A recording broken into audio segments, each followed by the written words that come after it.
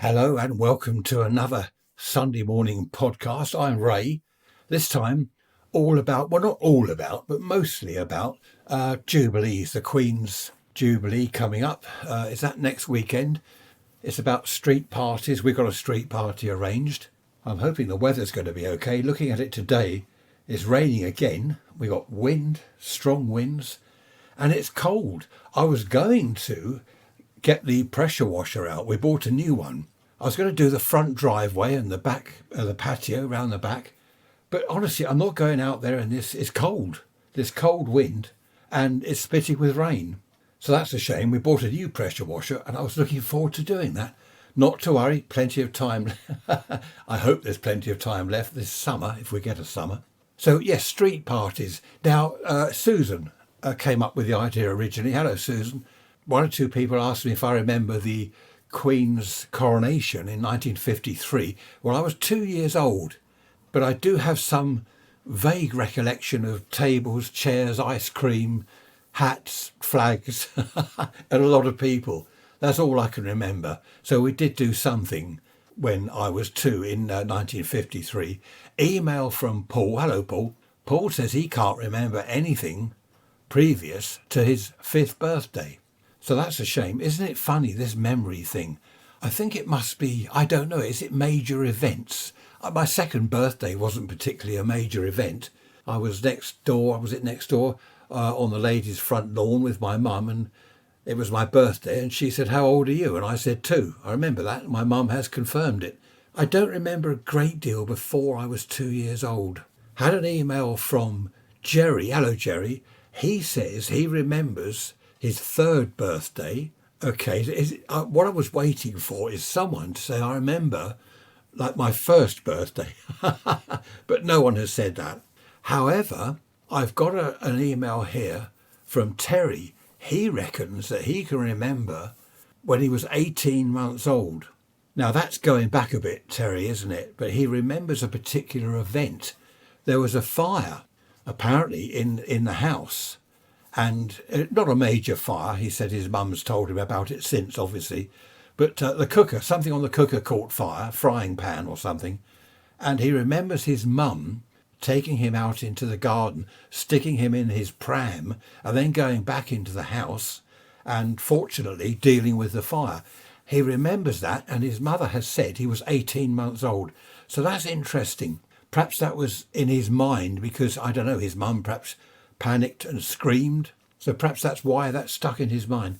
18 months and he remembers that. Good grief. So anyone remember before 18 months? Wouldn't it be fantastic if you could remember being in the womb? I don't know, perhaps not.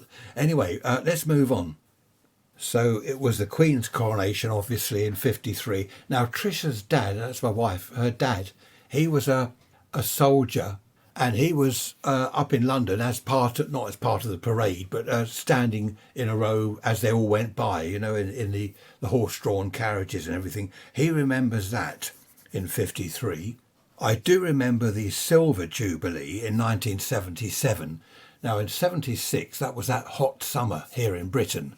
Do you remember that, 1976? Good grief. I was working in marine electronics at the time, which I hated because I don't like boats. I had to go on the boats. I had to go on yachts and things like that, fishing boats down at Southampton, down in Poole in Dorset, Shoreham, of course, which is very near to me.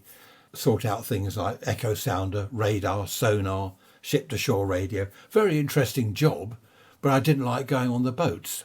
And the money was, well, I nearly swore then, the money was dreadful. I mustn't swear on the podcast. So yes, that was 76. Now what I do with dates, this is strange. If someone says to me, what were you doing in 1981, for example? Now, my son was born in 76, that hot summer. So if someone says, what are you doing in 81? I just think back, okay, my son was 5. This is how I work out what I was doing at various times. He was 5. That's when we moved from a house to a bungalow. So from that, I know where I was working, what I was doing, where I lived at that time. It's quite a good way of doing it. That hot summer of 76, I remember being in the workshop one afternoon, and we had a thermometer on the wall, 90 degrees Fahrenheit, 90 degrees. I don't know what that is in Celsius, but it was stifling in there. And this chap, Pete, and myself, as soon as we'd finished work at 5 o'clock, we got in our cars, drove down the beach. We didn't have swimming trunks or anything, just in our kind of underpants, dived in the sea. Well, I say dived.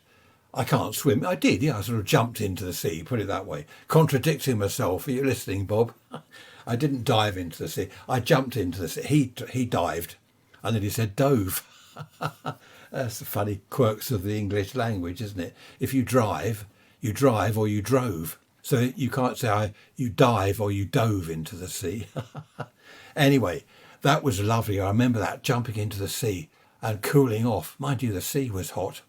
So that's a good way of remembering dates. But yes, the 77 Silver Jubilee, where I was, there were no street parties, but I do remember people setting out tables and chairs and all sorts of things, and balloons, bunting everywhere, flags all over the place. I do remember that. Our street party coming up, we've got the road closed. Lady over the road's dealt with that. She's got onto the council.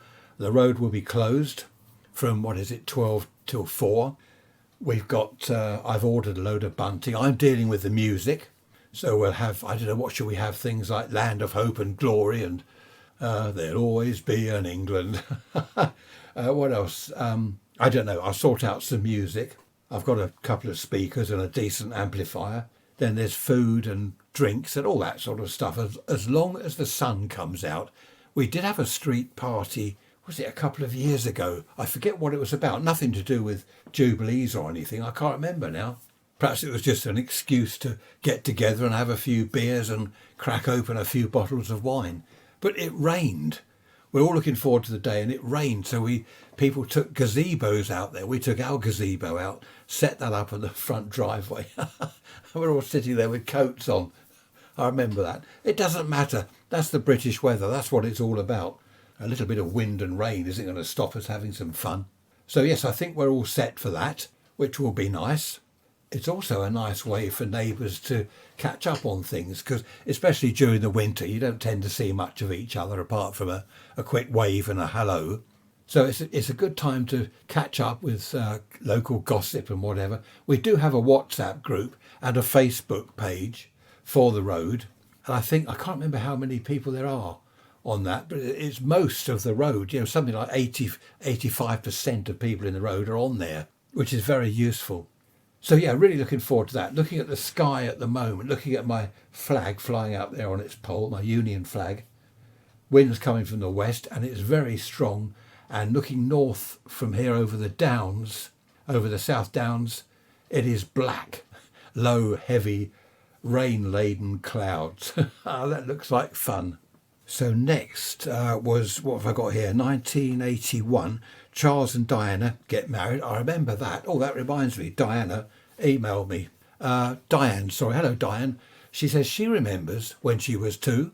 She remembers in particular because her nan went into hospital and she went to visit her nan in hospital. Apparently, she didn't say what, but her nan was seriously ill, had to have an operation. She was okay. And she remembers standing by the hospital bed and seeing the nurses all going around doing their bits and pieces. And apparently she was, here we are, I've written it here. Oh, that was 2 weeks before her 2nd birthday. So well done, Diane. That's good. I do like people messaging me and emailing, telling me things that happened to them, because it's nice. It's not just me thinking of the past. I like to hear what you think, remember of the past and your old days and school days and stuff like that. So who remembers Charles and Diane getting married? I remember that. I watched that. Well, I didn't watch it all on the TV. I'm contradicting myself again. Here we go. I watched some of it on the TV. I didn't sit there avidly like I do know quite a few people did. My mother did. Various people just sat there glued to the television the whole time. I didn't do that. Because how old was I here we go. How old was I in 1981? Oh, I was 30, wasn't I? Born in 51. Yeah, of course, I was 30. That's easy to work out. I don't know. So, yeah, 30. What was I doing when I was 30? Now, here's the thing. I don't know. I can't remember. Isn't it awful? How old was my first son? Oh, never mind. Don't worry about that. So, yeah, I do remember the Charles and Diana. There were mugs and tea cloths and T-shirts, you name it, with Charles and Diana on. Do you remember all that? All the kind of paraphernalia, everything in these sort of gift shops and holiday places, seaside towns, like I am in Worthing. All the gift shops had Charles and Diana stuff, a tea tray, you name it, a glass, a mug, a cup, a saucer, a plate. Everything had Charles and Diana on it. I do remember that. I wonder how much of that stuff is left. I wonder whether people kept it stashed away in the loft or wherever. I've got nothing from that. And then sadly, I do remember 1997 when Diana passed away. I remember, well, I heard that. I was in bed, so it must have been early morning because I'm always an early riser.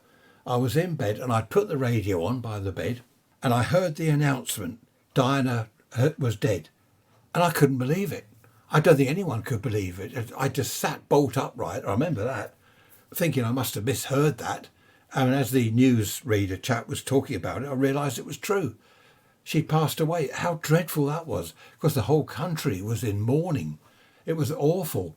It was obviously so unexpected because she was so young and, well, you know the story, you know the history of all that, what happened there. Just dreadful. And no one could believe it. That was the topic of conversation for a long, long time. And then, of course, when was it? 2021, wasn't it? Yes, 2021. Prince Philip, Duke of Edinburgh, he passed away. He was 99. We were all hoping that he was going to make it to 100 years old, but 99. I mean, obviously there were no street parties then when Diana went or when the Duke of Edinburgh went. We didn't obviously celebrate that in the street. That wouldn't have been appropriate at all. Then there was the 2002, the Golden Jubilee. Yes, now we did. Did we have a street party? Now this I can't remember. I've got an idea in our street here. We did have a street party in 2002. I'm pretty sure we did because I don't know how many street parties we've had here in the road. It must be at least half a dozen over the years. And as I said earlier, not all to do with any particular event. Let's just, the sun's out, let's have let's have a street party. A couple of times we haven't even closed the road. We've just said, right, drinks Saturday afternoon, yep, fine. Drag a few chairs out there and sit out there with our beer and our wine, perhaps something to eat. Again, I supply the music and we just have a good old natter and whatever. You don't always need a reason to have a party. I won't mention Boris Johnson or Keir Starmer, but it Partygate, Beergate, Cakegate, Currygate. Oh, goodness me. Every time I turn the TV or the radio on, that's all I hear. Partygate, Beergate, Boris Johnson, oh, Starmer. Talking to my mum earlier on the phone. She said, I don't put the telly on anymore when the news is on. I don't listen to the news on the radio. Fed up with it all. I think everyone is. Anyway, we're not here to discuss politics, but we are here to discuss parties. I remember we don't have a barbecue now in the garden because I used to get so hot. I built a brick barbecue, a big thing, because we had a load of family around in the summer, 20 to 30 people, mainly family. We've got a big family. And I found myself most of the time, I couldn't join in and have a chat with people because I was standing at the barbecue. Burgers and sausages and, what was it, salmon. Your mother-in-law likes salmon. There's chicken, all these different things. And it was constant. Could you do another couple of burgers? Could you do a bit more chicken? And of course, Trish is bringing stuff out from the freezer. I'm cooking it. So in the end, I said, right, that's it. No more barbecues. All come round by all means. We'll have food and drinks, of course. But I'm not going to stand at the barbecue in that sweltering heat with the sunshine and the heat from the barbecue. I'm not going to stand there doing that. So I didn't. But any old excuse, we think, right, it's a lovely day. It's the weekend. It's a lovely day. Phone people. How about a barbie? Pop round. That's the best way to do it. You can't plan things. Well, like I planned to pressure wash the front driveway. I expected sunshine. I planned this at the weekend. I was saying to Trish, look at that, look at the sunshine. I'm going to do the pressure washing because she's taken the car off out, so the drive is clear. But of course now, look at that, look, you can't look, but the clouds, they're very, very low clouds coming from the west, drifting across the South Downs there. It's going to pour with rain any minute. Still not to worry, I'm in here in my high-tech studio. Seagulls. The seagulls love the wind because we're only a mile from the sea, and they love sitting on the wind. They spread their wings. Well, they would do, wouldn't they? Up in the air. They wouldn't fold their wings. Anyway, they sit there. I'm watching a couple now just sitting on the wind, and then they'll swirl around in a circle and then just sit on the wind again. Fantastic. I was watching, what was it the other day? Now, swifts or swallows? Which ones have the forked tail? Is it the swift or the swallow? I can't remember.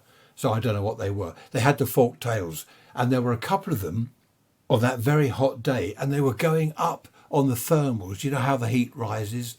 Like gliders go up on the thermals. They were going round and round and round, not flying, just wings spread, and they were getting higher and higher and higher.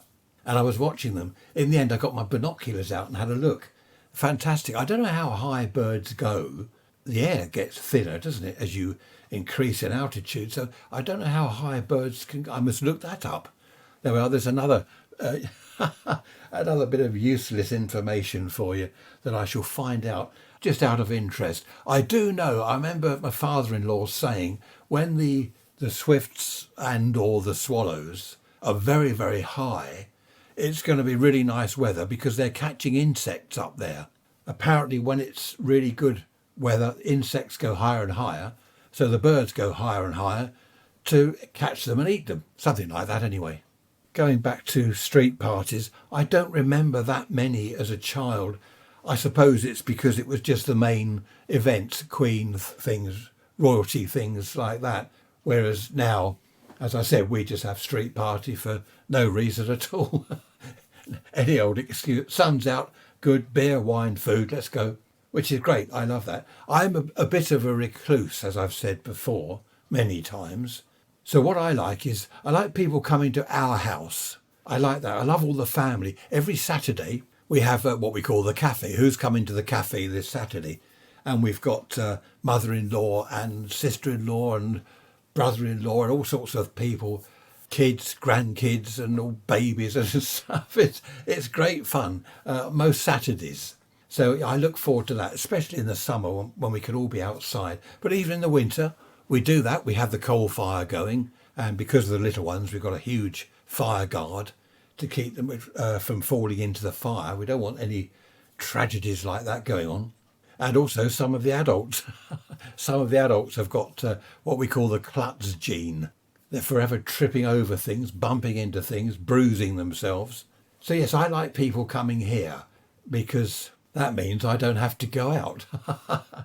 I do go, obviously, to other people's things. Now, what is it? One of the daughters has said she wants to do a sort of food, a barbecue thing. So we're all finding a date. It's difficult, isn't it, setting a date where everyone can go. When you're talking about 20 people or more, you say, OK, it's so-and-so of June. I can't do that because of this. Oh, I can't, we're going there. Oh, we're away for that weekend. And so it goes on. So I think we've got a date now in July where about 90% of us can make it. But to find a date where everyone can go is very difficult. But I love these get-togethers. It's terrific. I don't like having a beer in the day. So if someone's having a barbecue and it's a kind of lunchtime afternoon thing, I will drive. Tricia will have wine. If it's an evening thing, Tricia will drive and I will have a couple of beers. So we work it that way, which is quite good. Talking of the summer, we've booked next year's Isle of Wight holiday. The place we stayed at, which was fantastic, really brilliant.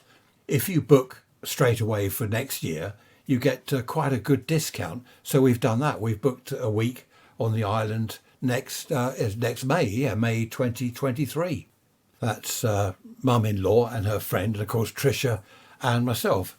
I do all the driving, Trish does all the cooking, and the old ladies, as I call them, they do all the relaxing, reading their books and having a glass of wine in the sunshine.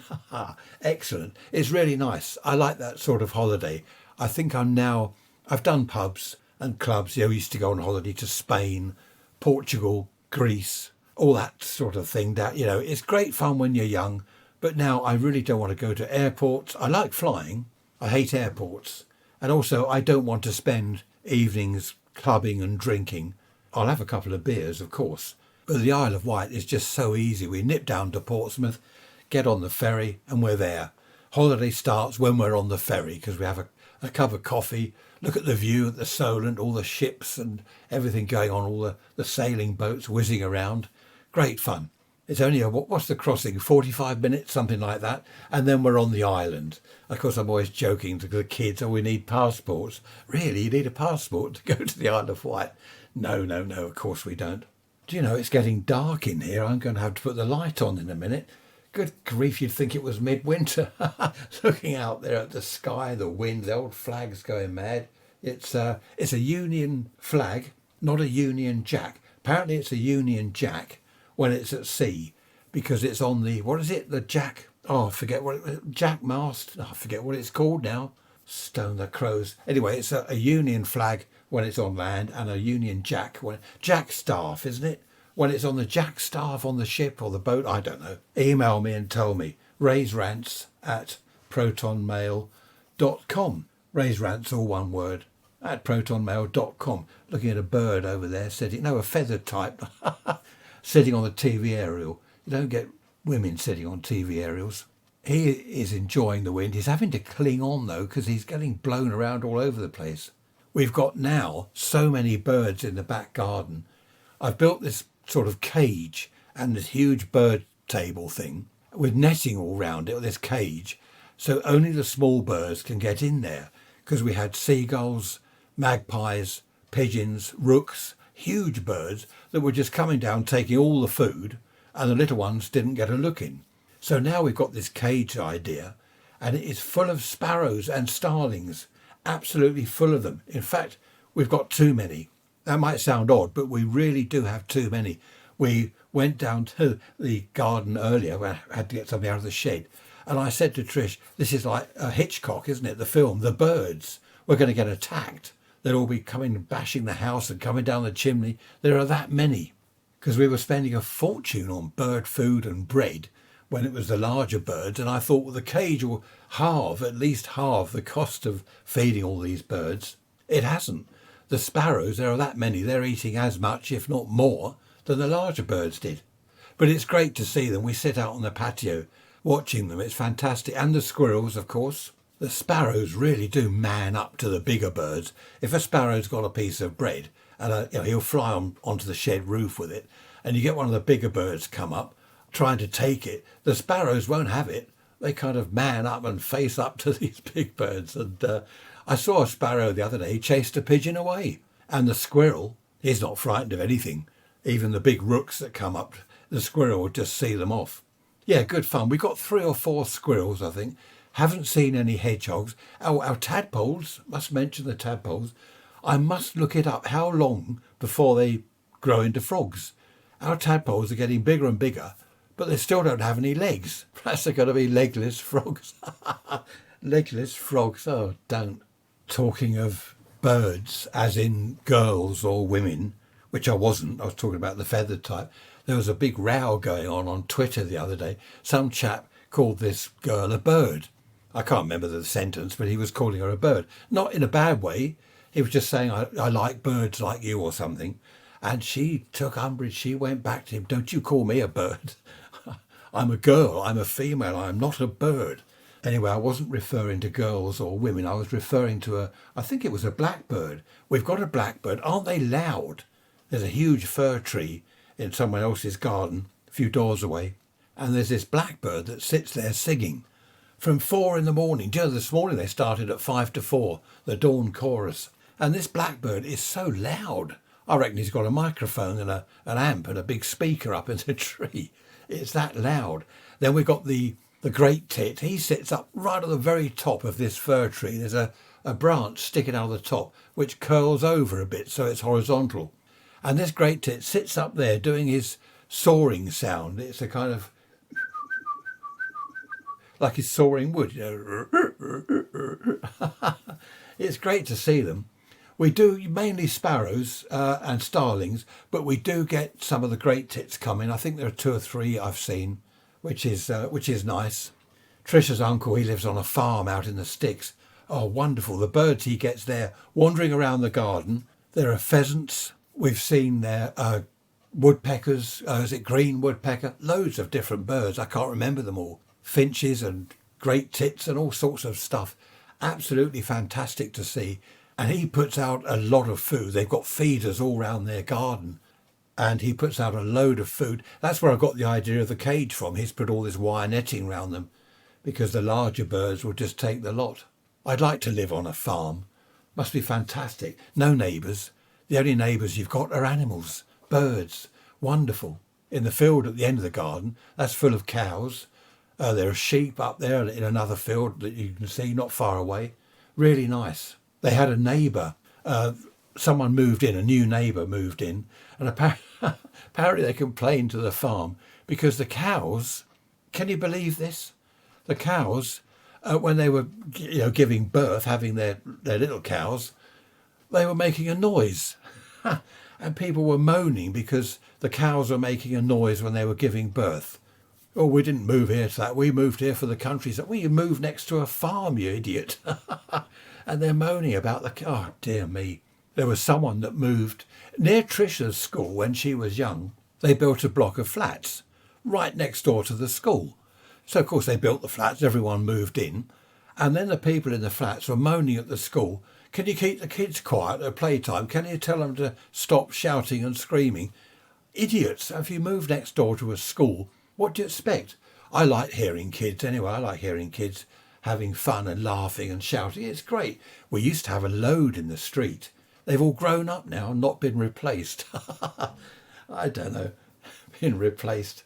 There were loads of them out there. In the summer, they'd put out a blanket on the pavement, and they'd all get together and have a chat. It was great fun to see and hear them. So, yes, if you don't like the sound of school kids at the playground, don't live next door to a school. And if you don't like the smell of a farm, a pig farm, don't move next to a pig farm. Simples. When I said Trisha's uncle's neighbour, the neighbour was a good, 100 yards from his house. There are only 2 or 3 sort of houses around in that little bit, maybe 4 or 5. So you don't have it sort of immediate neighbours. But I don't know. I've heard this story before, people moving near to the sea. And then they don't like all the crowds that go down there in the summer. They park all around the roads and the sea, the beach is all packed with people. Oh, we came here to see the view and wander down to the beach for a walk. What are all these people doing here? Well, they come down from London. They've always done that from where I am on the coast.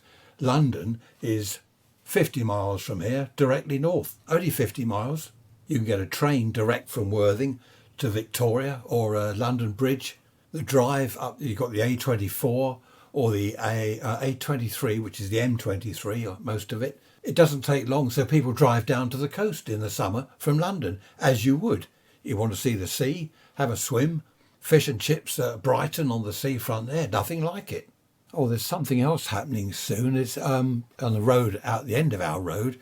I think there's a street market, fresh fruit and vegetables, so that'll be good. We'll wander down to that.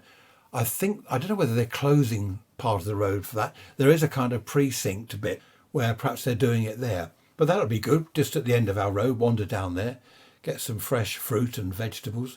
I want to grow my own vegetables, and I won't bore you with that. Just quickly, we're going to have a raised bed. No, not in the bedroom, in the garden. They call it a raised bed. And I'm going to grow vegetables in there. The idea of it being raised is because I can't bend down anymore. If I get down on my knees to do all the vegetables on the ground, plant them and do the weeding and the sorting out, I can't get up again because my back hurts and my knees give way.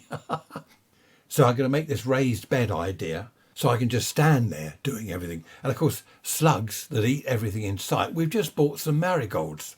I like marigolds. We planted them. Half of them have gone. And when I say gone, I mean gone. All that is left is the stem. The leaves, the flowers, everything is gone. And there's just this stick poking out of the ground, about 2 inches long. That's all that's left. And it's such a shame because marigolds are nice. Our tomato plants are doing well. They were in the sunshine. They're not now. They're in the wind and rain. But they were in the sunshine. They're doing well. Did I mention that? We've got Alicante, Moneymaker and Shirley, 3 varieties, all growing out there. We put them just under the patio roof. So they are protected a little bit from the British summer. The wind, the rain, the cold, the doom and the gloom. No, we do have one or two nice days. They ought to make some, with the genes and the genetic stuff, they ought to make tomato plants that grow within about a week and produce the fruit within about a week. So you can choose it. Right, we've got a couple of weeks of good weather. Let's grow the tomatoes. It is a shame, though, in Britain, the weather. It's a lovely country. We've got some lovely places to visit in the summer, but you can't plan anything because there'll be torrential rain and hail and lightning and all sorts of things going on. But never mind. I do like the four seasons. I like the difference. Mind you, they're beginning to mingle into one now. One kind of warmish, windy, wet, one long, wet season. No, it's not quite that bad. But I do like the seasons. The winter, you come out of that into the spring. Things are growing, the flowers are coming up, buds and things are sprouting. Do buds sprout? I expect so. Buds are budding. Then the summer, which is a good, I must be honest, the summer is a good 2 weeks. Should be several months. And then we get autumn and then back to winter again, of course, which the winter here, it's not too bad. It's only about 9 months long. No, it's not really that bad. It just seems that bad. I've just had a bit of a break to have my lunch, a very light lunch. When I went to the Isle of Wight, would you believe, I put on half a stone. Half a stone. I can't believe £6, no, £7, isn't it? Half a stone. I couldn't believe it when I got back and weighed myself. Stone the crows. Yes, stone, literally stone the crows. So I've been on a sort of diet, well, not a sort of diet, on a fairly strict diet all this week and all last week. I've lost that half stone. In fact, I've lost the half stone and an extra pound. So that's good. Things are looking good. And I must admit, I am feeling better for it. Sometimes for lunch, we've had salad, a small salad, a little bit of cheese, where normally I'd have a load of grated cheese all over the salad. It's been good. It's working. That's the point. It's working. Very often after lunch or after the evening meal, I think, well, I'm a bit hungry. I could do with some more, but I don't. I've been very good. I only have a couple of beers at weekends anyway. I don't drink in the week. So I haven't cut down on that. I think, was it last weekend? I had 3 bottles of real ale over the entire weekend. Well, that's all right. It's a treat, isn't it? Got to have something. Got to have a little bit of fun. No, seriously, it's not good drinking during the week, I don't think, anyway. I was going to say during the working week. I'm retired, obviously, so I don't work, but even so. Funnily enough, talking of alcohol, my sister-in-law and brother-in-law, they've just gone off on holiday. Where have they gone? Sicily. And we were talking about, I think the plane, I forget which airline they went with, but they were told if you want anything to eat on the plane, bring your own food, because they're not, for whatever reason, they're not doing food on the plane. I have often wondered, I know some of you will disagree, I don't know. I've often wondered why, especially on a short trip, what was it to Sicily from here? 3 hours, 20 minutes? Spain is what, 2.5 hours? When we did Cyprus, it was 4.5 hours. Normally early morning flights. Do people really need alcohol on the plane? When we got to Gatwick Airport a few years ago, when we went off, where was it last time? Portugal, I think. 4 o'clock in the morning, we're at Gatwick Airport. There are people drinking pints of beer at 4 in the morning. Good grief. I got beer for breakfast. There's nothing worse. I don't know why people have to have alcohol on the plane and on trains. They used to have a bar, didn't they, on the train? They had a bar where they sold alcohol. I don't know whether they do that now or not. But why do you need beer or wine or alcohol of any sort on a train? I don't understand that. And of course, going on holiday abroad, what we've always done is hire a car at the far end. So I couldn't have a drink on the plane anyway because I'm driving. But there we are. They went off. I think they took a couple of sandwiches or whatever, a few biscuits to have on the plane. I think they served coffee and tea. It's just that they weren't doing food. You don't really need food on the plane. I did say to them, have breakfast at Gatwick, which they were going to do. It's only 3 hours, 20 minutes till you get to Sicily, where you can have something else to eat if you're starved. I'm always starved.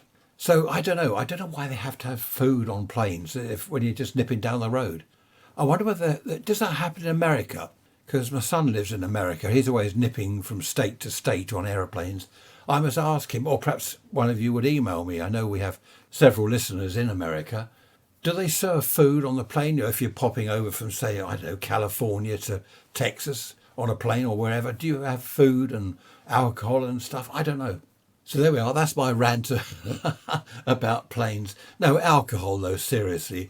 I remember when I smoked, you could smoke on planes years ago. When I first went to Spain, you had to sit at the back of the plane and everyone was smoking. Then they banned smoking on planes. And I remember a friend of mine, he said, oh, that's the end of my holidays. And I said, well, why is that? Because they banned smoking. What do you mean? He said, well, I can't go for 2.5 hours down to Spain without a cigarette. Can't go for 2.5 hours without a cigarette. Oh, dear me.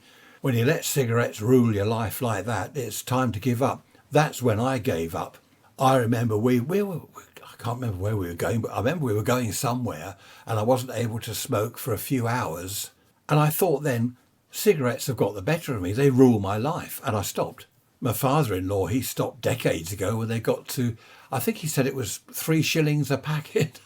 That's going back a bit. When they got to 3 bob a packet, he said, that's it, I'm not spending that. Do you know what they are now? I read somewhere the other day. They're between £8 and £10 for 20 fags. Can you, I'm not allowed to say fags. Oh dear. Politically incorrect. Love it. No, for 20 fags, I think they're between £8 and £10. And no doubt some of the better brands, some of the more posh brands, if you can call cigarettes posh, are probably even more than that. Good grief, you smoke 40 fags a day, £20 a day on cigarettes. It's unbelievable, isn't it? Absolutely unbelievable. I am so glad I gave up. Talking of drinking, a friend of mine was alcoholic. It killed him in the end. He was only in his 60s, sadly. Brian, his name, bless him. I never looked down upon him at all because he was alcoholic. I never lectured him or anything like that. He used to have a glass of vodka when he woke up by the bed. He told his wife it was water, a half-pint glass of vodka. He really was a proper alcoholic, a functioning alcoholic.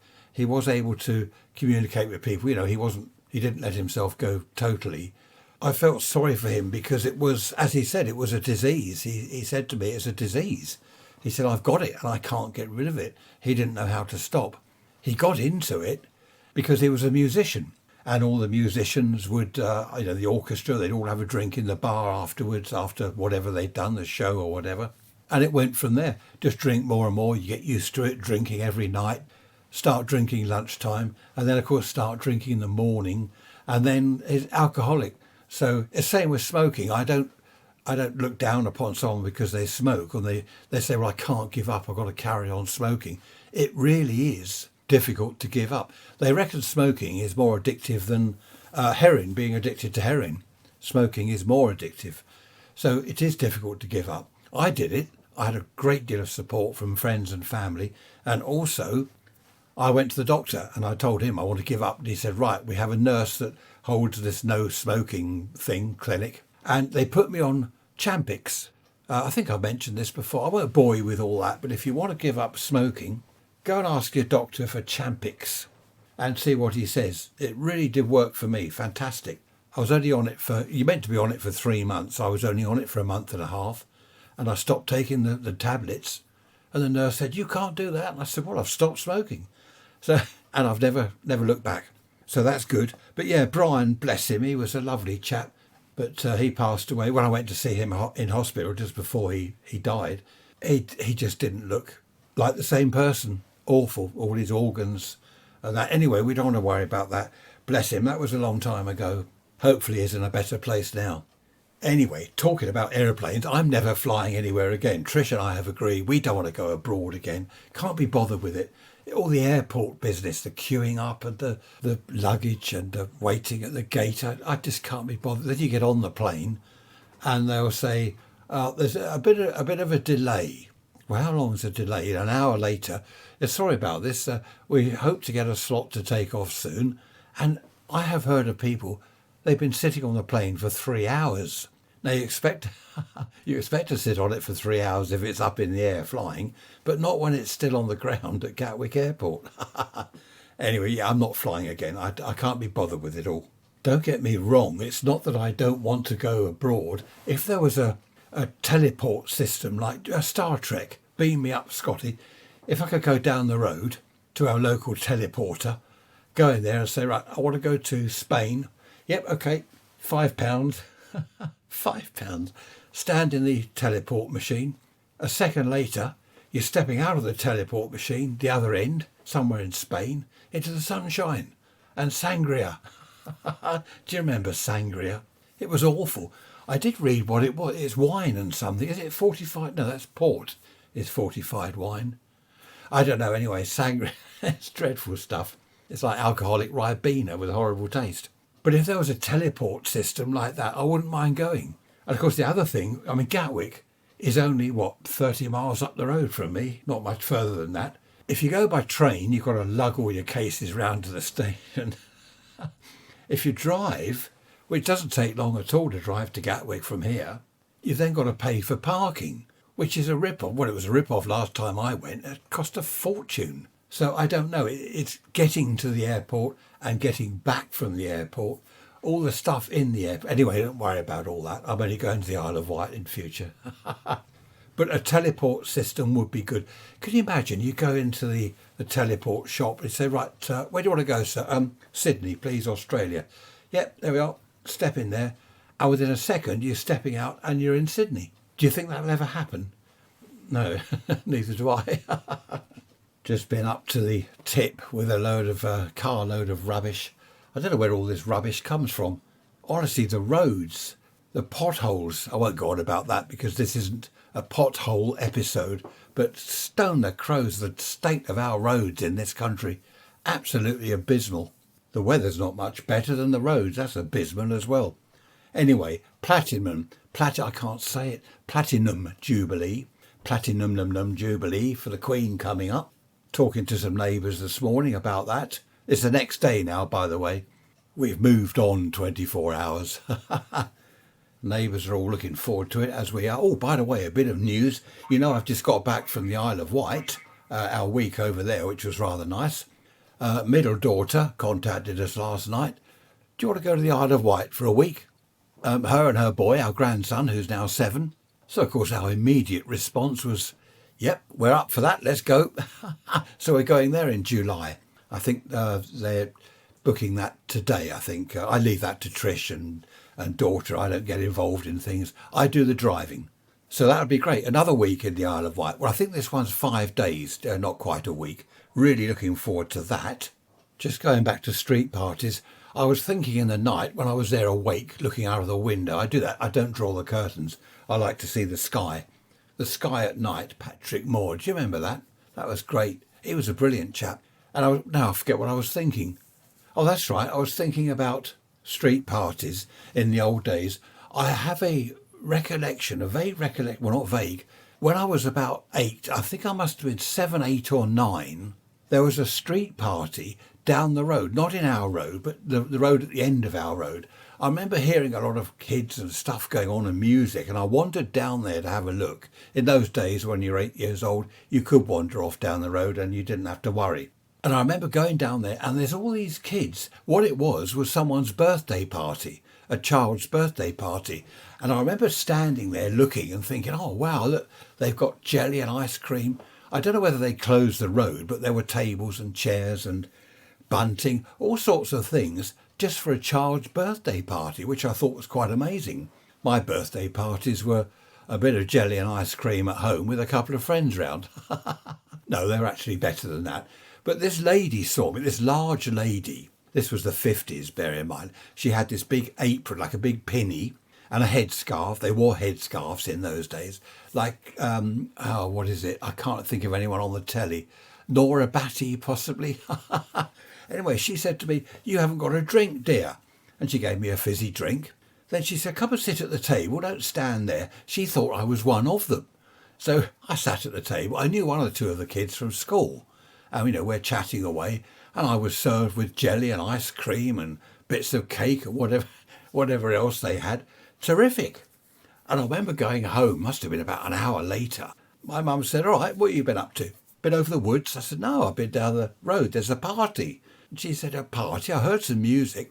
I said, yes, a birthday party. And I said to her, I sat at the table and I had jelly and ice cream and cake and drinks. And she said, but you weren't invited. I said, yes, I was. this big lady said, sit down. So I was invited. So I do remember that one. I think in those days, in the 50s, neighbours were more, I won't say more friendly, because the neighbours in our road are terrifically friendly. It's fantastic. But I think back then, neighbours, I don't know, how can I put it? You know what I mean. They weren't in and out of each other's houses, continually borrowing cups of sugar, as people seem to think it was like in those days. It wasn't like that. But there were more sort of community things going on, like the birthday party for the child in the street. I know I'm always banging on about the old days and how I prefer the 50s and 60s to these days. And I don't know, as I've said before, the older I get, the more I wish I could go back to those times. In the 50s, we didn't have a lot of money. People didn't always have a car. People didn't have a telephone. Very often people didn't even, in the 50s, didn't even have a television. All you had was a radio. Everyone had a piano, of course. So people had very little money, but they seemed happier. Is that the way to put it? Yeah, they seemed content. They weren't continually, I want this, I want that all the time, and they've got to get a better whatever, a better car than someone else, and oh look, they got that car, we haven't. People didn't have cars, well, few did, but a lot of people didn't have a car. As I say, no television. Even in the 60s, I remember friends of mine, when we worked in the radio and TV shop, I remember friends of mine saying their parents haven't got a telly.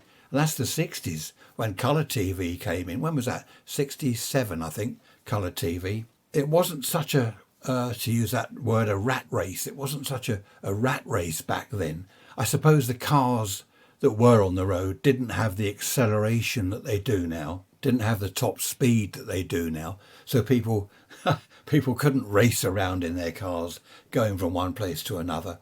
There weren't supermarkets. You pop over your local shops. It was all quieter. London was a lovely place. I used to love going up to London when I was a kid. Didn't often do it, but we did have relations. My cousins, I don't know where, but somewhere in the middle of London, my cousins lived up there. My mum's sister. We'd go up there and see them sometimes. The cousins took me round to the ice factory. I remember that. Come and see the ice factory. I'd never heard of such a place. It was just down the road from where they lived. And there's this huge kind of warehouse place, massive blocks of ice they were making. I remember standing there and thinking, wow, look at this, is fantastic. They showed me a few other things, and I really enjoyed going to London. But now I don't want to. I don't want to go to London at all. I'm just too old, I suppose. I'll go to the Isle of Wight instead. There we are. But I do, looking back, I do prefer the 50s in many, many ways. That's enough ranting and moaning, Victor Meldrewing from me. I shall see you all on Wednesday with a midweek message.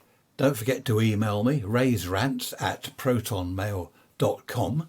Look after yourselves. Take care. Bye-bye for now.